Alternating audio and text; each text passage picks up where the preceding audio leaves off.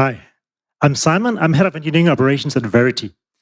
We create intelligent solutions for warehouses using autonomous drones. In addition to our drones, a significant part of our systems run in the cloud. And contrary to what some people may have you believe, the cloud can be quite expensive.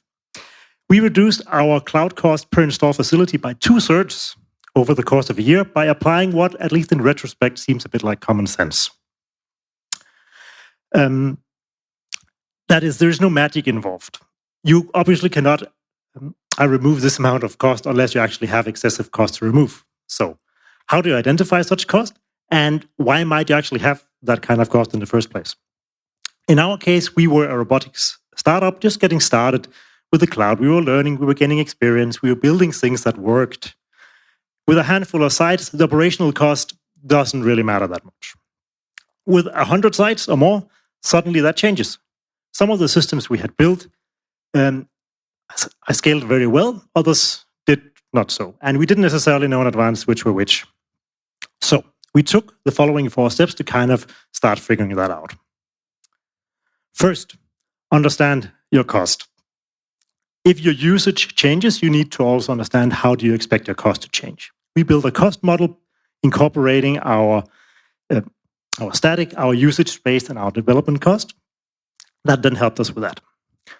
Second, add visibility through tags. This connects your cost to your actual resources and to your teams that use them, to the apps that you deploy, to the clients that you have. This then creates team autonomy. Your teams gain the knowledge to actually go, hey, I'm responsible for this cost. I can actually do something about it and see the improvements that I implement. In addition, you also want to give your teams a global context because you have to ensure that they actually focus their efforts on where it matters. A team responsible for a small slice of static cost might not actually need to care about it. Whereas a team responsible for a big slice of cost that scales with usage, even a single-digit percentage improvement there can make a huge difference, both now and even more so in the future. So, what did we actually achieve? What did our teams achieve? We saw improvements across backend, front-end, and data, ranging from code optimization to complete re-architecting to just cleaning up duplicate or unused resources. Looking at our backend systems, there we went from a fully managed compute to a partially managed compute. The fully managed had allowed us to get started very, very quickly. But after getting some experience, we realized the partially managed was actually a much better fit technically and significantly cheaper. We also got so much confidence in our solution that we could actually commit to it for a year and put in a savings plan with our cloud provider for additional savings. On the front end, we revisited our backup requirements and actually realized we were backing up much more than we needed over multiple different backup services, which there was not really any reason to do.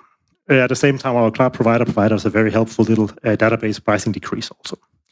We furthermore did some right sizing on our serverless compute, ensuring that we don't spin up more resources than we actually need, and thus waste money there. On our data side, we looked at our data tiering, ensuring that our most used data stays in warm storage and rarely used data goes into cheaper cold storage. Also, looking at log verbosity, there is no reason to log 50 informational messages whenever you process a file, if those messages are the same all the time, especially if you use a fully managed logging service. We also did some good old-fashioned optimization and just moved to a smaller database cluster. Outside of all of this, we also realized through our tagging that we were actually logging every single call I called to our cloud instance twice in an audit trail. Logging it twice was the same and didn't really have any benefit either. Then we cleaned up some tags from this other bucket into the other buckets and still actually gained the cost improvement that you saw there. So to recap, understand your cost with the cost model, make the cost visible through tags. That creates team autonomy, and with a global context, that allows your teams to ensure that you also don't have any excessive costs. Thank you.